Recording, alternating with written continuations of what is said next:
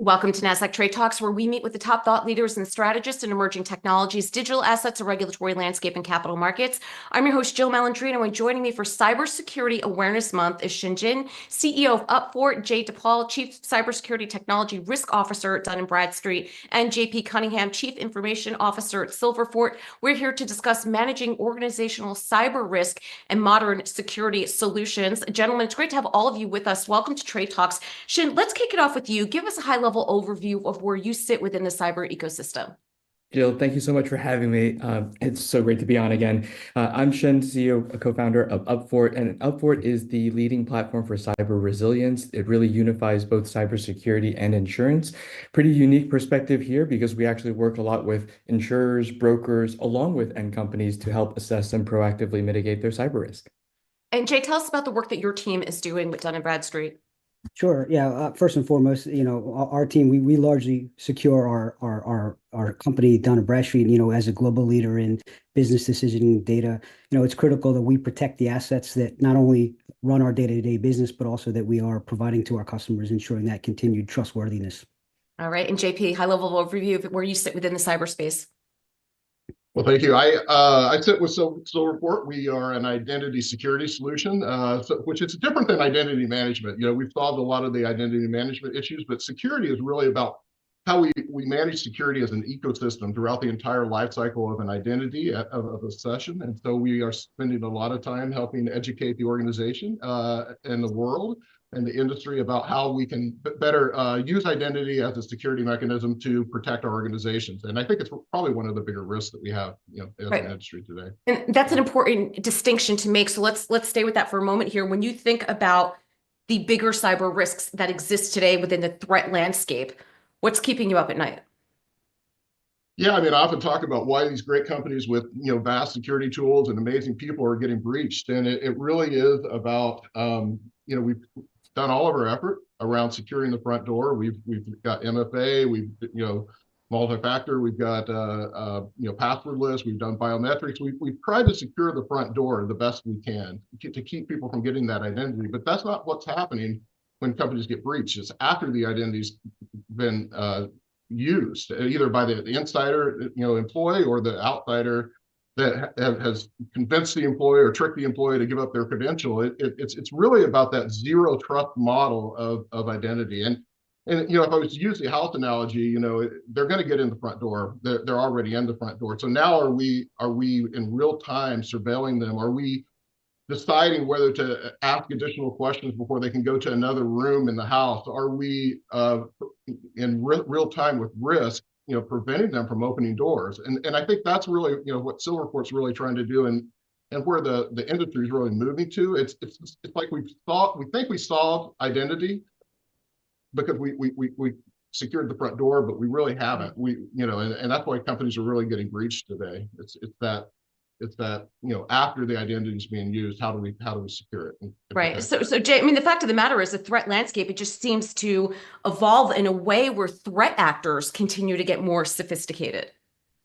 Yeah, that's right. I think, obviously, ransomware always comes top of mind. It's continuing to be successful to threat actors. In fact, in the Verizon DBIR report from earlier in the year, 93% of all incidents that they had reported on resulted in some form of ransomware. So it's successful. It works. And primarily, and to some of what JP was talking about, credentials are being accessed because as much as we're continuing to push on awareness and training, phishing and social engineering, it still works. And unfortunately, many are still falling victim to it. The other thing I would just say quickly on identity is that we're seeing more and more threat actors move to the cloud. Right? In a CrowdStrike report earlier in the year, 73% of all incidents that they managed last year, the threat actor operated in the cloud at some capacity. And really the only way to do, not the only way, but the primary way of doing that is through identity.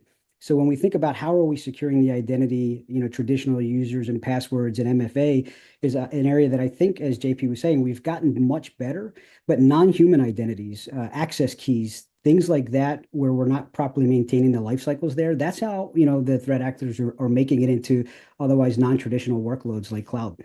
Right. And Xin, that's really where the challenge lies, if you think about the way migration has taken place over the past 5 to 6 years, we had this mass migration to the cloud. Now you have emerging technologies really coming to the forefront, like AI as an example. Not that that's anything new to multiple industries, but with Gen AI, that, it's part of the consumer vernacular. It is, everyone's somewhat familiar with what it is. So you're having to rush to bring all these things to market, and also within the enterprise.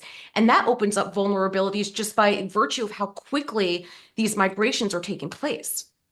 You're absolutely right. And really, as you think about it on a greater scale, there's just so many more openings for cyber criminals to come in. And a lot of while the attack methods are evolving, a lot of the same themes remain. When we look at cyber insurance claims, one of the greatest kind of financial aggregation of actual cyber incidents, you see, look, ransomware remains an issue this year and it's growing and the average cost is getting higher. But the leading issue we're seeing from a type perspective actually still is business email compromise and funds transfer fraud and financial fraud. So phishing and social engineering, like folks have been saying, remains one of the leading tactics. But to your point, Jill, exploiting system vulnerabilities and misconfigurations, which can especially happen as you are integrating new technology or moving to the cloud, becomes a really, really important attack point. One other thing we're seeing trend-wise, especially this year versus last year, is really around supply chain attacks, right? So whether you're thinking about, hey, software packages that you as a company might be utilizing in your own software. For example, there was an open source one that didn't actually become a widespread attack, but could had the capability of compromising millions of systems, was just an open source tool, right? But also we see industry specific reliances on specific software vendors, like you saw earlier this year in Change Healthcare or CDK Global, thinking about kind of your business partners, your third parties, and your vendors is especially important as well. That's one element that we're seeing increase, and another element is really around data breaches and privacy, right? So, class action lawsuits have probably quadrupled from 2021 to 2023, and then this year is really a banner year for them. We have the first, second, and sixth largest data breach class action settlements, totaling over $500 million just this year alone. And we're not done yet. Yeah, and I think that's really where the challenge lies, Jay, when you think about minimizing cyber risk exposure as the tech stack is just expanded exponentially. Your vulnerabilities increase with each iteration of technology that's being brought on. So when you think about cyber risk exposure and asking yourself as an enterprise, what is my risk appetite, and figuring out those risk mitigation strategies, where do you even start, right? Yeah, that's great. That's a great point, Joe. I think risk appetite is a challenging thing, and obviously, from company to company, it does vary. I think the attack surface has grown so exponentially. In fact, that same DBIR report that I had mentioned, there is a resurgence, as Jim was just talking about the exposure or exploitation of vulnerabilities. That threat actors started to go away from that over the last couple of years, but it's reemerging, which means that basic hygiene, making sure that you're taking care of things like patch management and vulnerability management, and making sure you're prioritizing according to your key and critical assets is really important. But when we talk about the extended attack surface, and Jim talked about supply chain, think about third-party risk, right? We more and more every day, we are all depending on third parties, and more every day, we're all giving our data to third parties. We lose control of that data, at least the technical control. We are governed by contractual wording, and we're governed, more on check the box exercises than we are technically being able to protect our data. So there's a third party management component that's become more and more critical, and we're seeing more and more third parties compromised and losing their customers' data.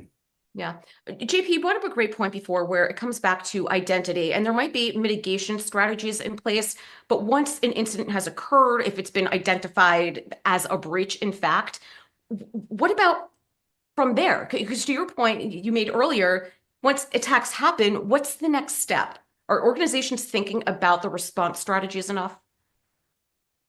No, probably not. I think as an industry, as we think about risk appetite and how we thought about risk and how we think about how we respond to incidents, I think we thought about it as maybe this like singular problem or singular risk appetite that we have. And I think what we really need to focus on is, there's many different appetites and many different response strategies. If you get ransomware, are we going to pay or are we not going to pay? That's not going to be the same answer for every company or every question, that you get in an incident response. But I think we do need to spend a lot more time building these business response playbooks and really thinking about how it affects our business, what's the reputational impact, what's the financial impact of a certain event, what's our appetite for that event, and then how are we going to apply the right resources and funding and money to make sure that we lower the risk to our appetite for that kind of event. And so I think we've really got to break it down and segment it into a lot smaller conversations. And I think at a board level, I think it's really important that boards, who's the CISO's best friend on the board? Somebody needs to be the CISO's best friend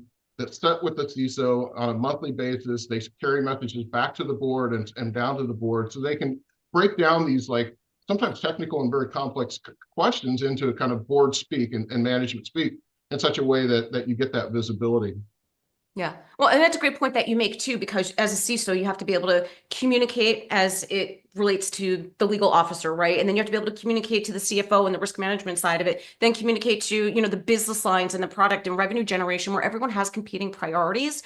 So the role has really evolved. And again, I think because, whether it's COVID or migrating over to all the platforms and now that we operate in, hybrid environments, it's just, the role has just evolved exponentially. Yeah, I totally agree. And I think as an industry, we've got to really stop thinking about cyber risk as maybe part of operational risk or part of technology risk. It's truly a peer. It's a peer of credit. It's a peer of operational. It's a peer of technology. It needs to have that equal seat at the table and be thought of as an enterprise function. And I think the challenge is twofold. Organizations need to think about that, but as CISOs and security professionals, we also have to think of ourselves as a business risk, as a business function. And how do we permeate that throughout the entire organization and think about it. And I think in some ways we have to throw out old benchmarks about how big our security department has to be or how well funded it. I mean, it has to be as big as it has to be to secure what we have and to protect our customers. And so, I think benchmarks don't work very well anymore either. So I think it's an interesting conversation that I think every company really needs to have. But it is very important to elevate and make sure that it has a seat at the table, at the president's table, at the CEO's table, at the board table. Yeah. So Xin, let's continue with that for a moment here where we have competing priorities and the impact of AI. Again, now that everyone is rushing to get Gen AI products to the market or enterprise, balancing that out with, risk management being at the forefront. And by the way, it's not just, looking at products to solve problems. The bad actors are leveraging many of these types of technologies as well.